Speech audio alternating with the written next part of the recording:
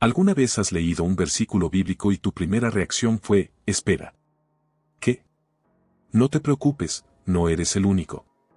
Pensé lo mismo cuando leí por primera vez esta historia. Dos osos salvajes salen del bosque y despedazan a 42 jóvenes.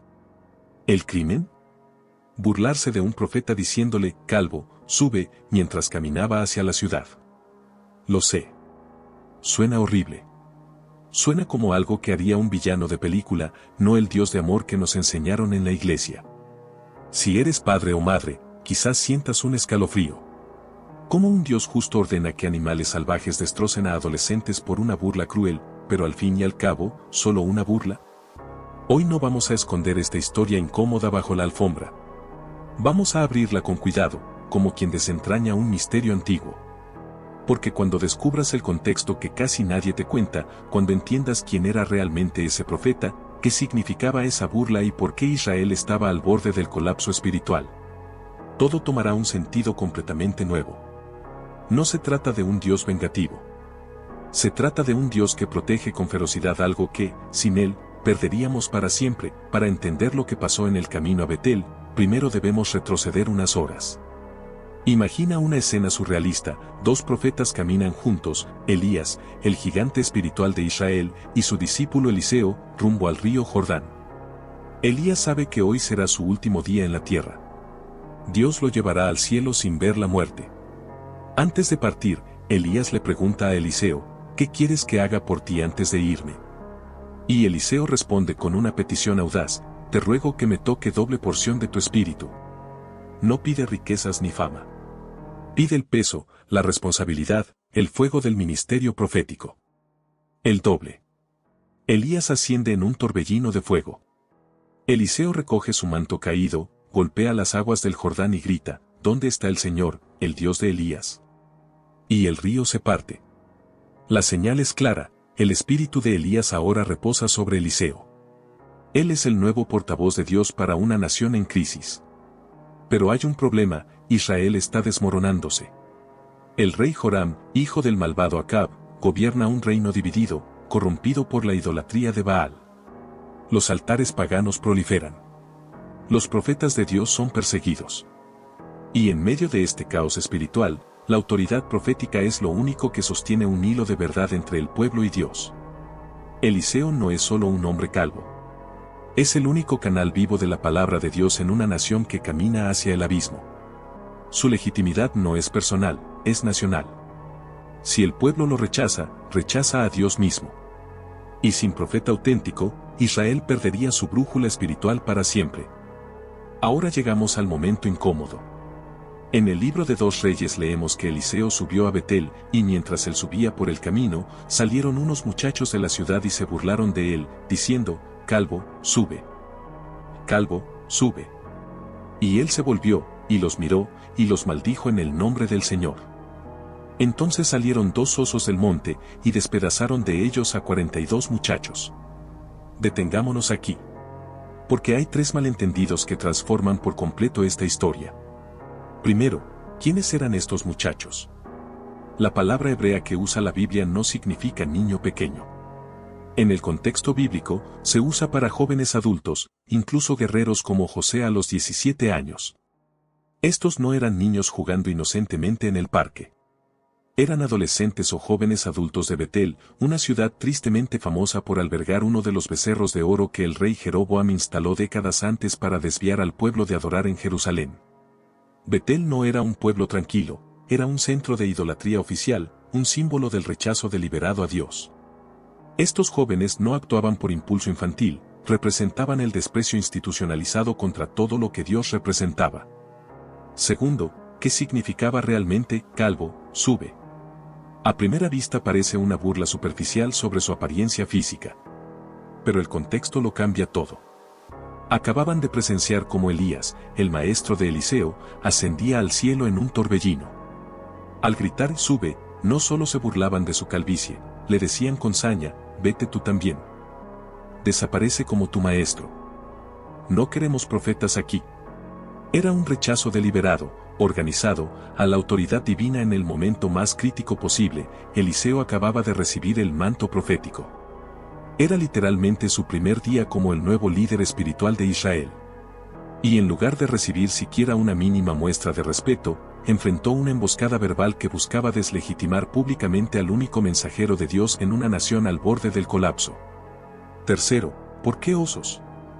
En la mentalidad antigua, los animales salvajes no eran sicarios divinos, sino símbolos del caos que invade cuando el orden divino se rompe. Cuando una sociedad rechaza abiertamente la autoridad de Dios en un momento de máxima vulnerabilidad, abre la puerta al desorden cósmico. Los osos no fueron enviados como castigo arbitrario, más bien, Dios retiró momentáneamente su protección sobre quienes desafiaban con desprecio colectivo su autoridad en un instante histórico decisivo. Fue una señal dramática, imposible de ignorar. Si rechazan al mensajero de Dios ahora, cuando Israel más lo necesita, el caos los consumirá. Pero aquí está lo que realmente duele: ¿valían 42 vidas una burla? Si ves solo el acto aislado, sin contexto, sin consecuencias futuras, la respuesta es no. Pero si ves el panorama completo, Israel estaba a semanas, quizás días, de un colapso espiritual total. Sin un profeta reconocido, sin autoridad divina visible y respetada, la idolatría consumiría por completo al pueblo. Y cuando una nación entera abandona a Dios, las consecuencias no son solo espirituales: guerras devastadoras, hambrunas, esclavitud, destrucción de ciudades, muerte de inocentes. Miles, decenas de miles morirían. Dios no actuó por venganza personal ni por orgullo herido. Actuó como un cirujano que, ante una gangrena que amenaza todo el cuerpo, debe amputar un miembro para salvar la vida del paciente. Doloroso. Radical. Incomprensible para quien solo ve el corte. Pero con un propósito mayor: preservar el único canal de comunicación entre él y su pueblo en el momento exacto en que ese canal era más frágil.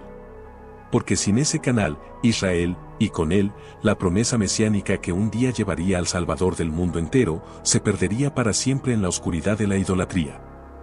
Lo más hermoso de esta historia no está en el castigo. Está en lo que Eliseo hace inmediatamente después. Tras el incidente, Eliseo no huye aterrorizado. No se vuelve amargo ni vengativo. Camina con calma a Jericó, una ciudad cuyas aguas eran amargas y enfermaban a quienes las bebían, y echa sal en la fuente. Declara con autoridad: así dice el Señor, he sanado estas aguas. Y las aguas se vuelven dulces para siempre. ¿Ves el contraste poderoso? Donde hay rechazo deliberado, organizado y público a Dios en un momento crítico, hay consecuencias severas.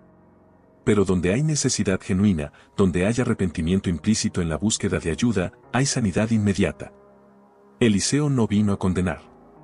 Vino a sanar. Y lo haría una y otra vez durante décadas: multiplicaría aceite para una viuda endeudada, resucitaría el hijo de una tsunamita, purificaría alimentos envenenados para sus discípulos hambrientos. Su ministerio fue, en esencia, un río constante de gracia y compasión. Este es el patrón bíblico que transforma nuestra comprensión: la santidad siempre precede a la gracia. Dios primero establece su autoridad absoluta, su santidad inquebrantable, para que después su misericordia tenga peso, profundidad y significado. Sin santidad, la gracia se vuelve barata, ligera, sin valor. Sin justicia, el amor pierde su profundidad y se convierte en simple sentimentalismo. Y aquí llegamos a la pieza que todo lo conecta, que todo lo redime: Jesús. Él también fue burlado. Le escupieron en el rostro. Le pusieron una corona de espinas. Le gritaron: y baja de la cruz, si eres hijo de Dios. Pero en lugar de invocar fuego del cielo o osos del bosque, Jesús oró con el aliento que le quedaba: Padre, perdónalos, porque no saben lo que hacen. ¿Por qué la diferencia abismal entre Eliseo y Jesús? No porque Dios haya cambiado de carácter, sino porque en la cruz, Jesús ya estaba cargando sobre sus hombros el castigo que merecíamos todos nosotros. En ese madero, Cristo recibió la ira divina contra el pecado para que tú y yo nunca tuviéramos que enfrentarla. Por eso hoy vivimos en la era de la gracia, no porque Dios se haya vuelto más blando, sino porque su justicia fue plenamente satisfecha en Cristo. Los osos de Betel apuntaban a una verdad urgente y dolorosa para Israel en crisis: la santidad de Dios no es negociable. La cruz del Calvario cumplió esa verdad para siempre: la justicia de Dios fue satisfecha, y ahora su amor puede fluir sin barreras hacia quienes se acercan a Él con humildad. Quizás hoy cargas una herida con Dios. Algo que leíste en la Biblia, algo que viviste en carne propia, que te hace preguntar con el corazón roto, ¿cómo un Dios bueno permite esto? ¿Cómo puede ser justo? No te culpo. Yo también he tenido esas noches de insomnio, esas lágrimas derramadas sobre páginas bíblicas que parecen contradecir el amor que dicen proclamar. Pero te invito a hacer algo revolucionario, algo que cambió mi fe para siempre. No juzgues a Dios por un versículo aislado, arrancado de su contexto histórico, cultural y teológico. Míralo en el lienzo completo de la historia de la redención. Mira cómo, incluso en los momentos más oscuros, está protegiendo con celo feroz lo que más amamos, su relación con nosotros. Mira cómo, tras cada juicio, siempre hay una promesa de restauración. Mira cómo, tras cada no a nuestro capricho, hay un sí gigantesco a nuestro bienestar eterno. Dios no es un déspota caprichoso que disfruta del sufrimiento. Es un Padre celestial que, cuando su hijo corre ciegamente hacia el tráfico de la destrucción, a veces debe gritar con una fuerza que duele, o incluso tomarlo bruscamente del brazo para salvarle la vida. Duele en el momento. Quizás no entendemos. Pero salva. Preserva. Protege lo que realmente importa. Si esta reflexión tocó algo en ti, si resonó en alguna duda que guardabas en silencio, te invito a que no la guardes solo para ti. Comenta abajo con una sola palabra, ¿por qué? O confío. Sin juicios. Sin presión. Este es un espacio seguro para las dudas auténticas y para la fe que está aprendiendo a confiar más allá de lo que entiende. Dale like si crees que necesitamos hablar más de las partes incómodas de la Biblia con honestidad, profundidad y esperanza. Suscríbete porque cada semana desentrañamos juntos los misterios que otros evitan, no para tener todas las respuestas, sino para descubrir paso a paso el corazón de un Dios que siempre actúa desde el amor más puro y la sabiduría más eterna. Y comparte este video con alguien que dejó de abrir su Biblia porque un pasaje duro le cerró el corazón. Quizás este sea el puente que necesitaba para volver a mirar las Escrituras no con miedo, sino con la curiosidad de quien busca descubrir, tras cada página, el rostro del Padre que nunca deja de amarnos. Porque entender a Dios no significa tener todas las respuestas en un archivo perfecto. Significa aprender, poco a poco, a confiar en el autor incluso cuando no entendemos el capítulo actual. Y ese viaje de fe, ese viaje de confianza, vale cada paso, cada duda, cada lágrima y cada amanecer nuevo. Hasta la próxima.